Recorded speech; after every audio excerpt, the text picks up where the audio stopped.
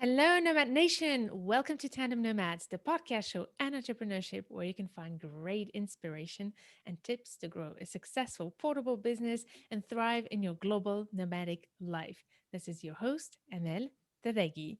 And today is an important topic. It's one of my favorite probably episodes ever.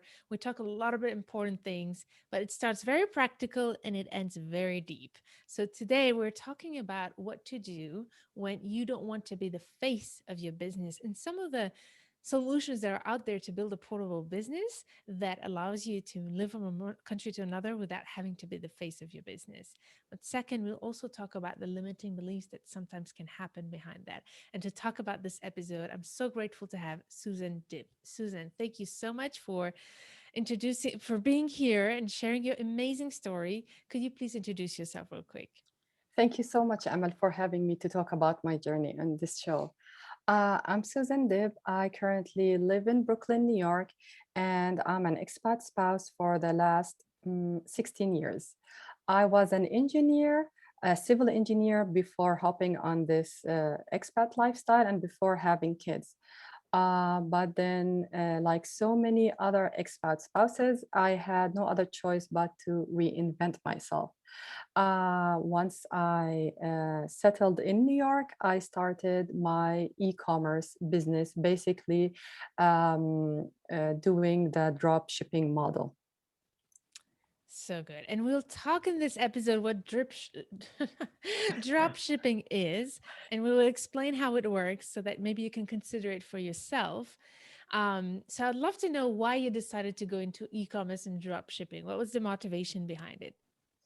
Yeah, because of this uncertainty, and I didn't want to have a business that would require me to have inventory saved, like in my house, stocked in my house or in a warehouse.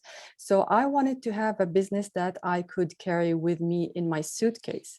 After much research, I decided that the best scenario would be to adopt this dropshipping model for myself. This is a great benefit, yeah. And there was also another reason we talked about in this episode was the fact that you didn't want to be the face of your business initially. So why was that? Yeah, that's true. At the beginning of my business, I didn't want to be the face of my business because there was a social stigma surrounding veiled women that I became aware of when I first moved to the States. And I heard a lot of negative stories about how hijabi women are perceived. And because of that, I had unfortunately built a wall around myself. And it got to the point that I was only confident hiding behind a screen, assuming that people don't want to do business with me because of the way I chose to dress. Yes, and since then, a lot of things have developed and changed. And I can't wait, Nama Nation, for you to listen to this episode. It's so inspiring. So, thank you so much, Susan, for sharing your truly inspiring story.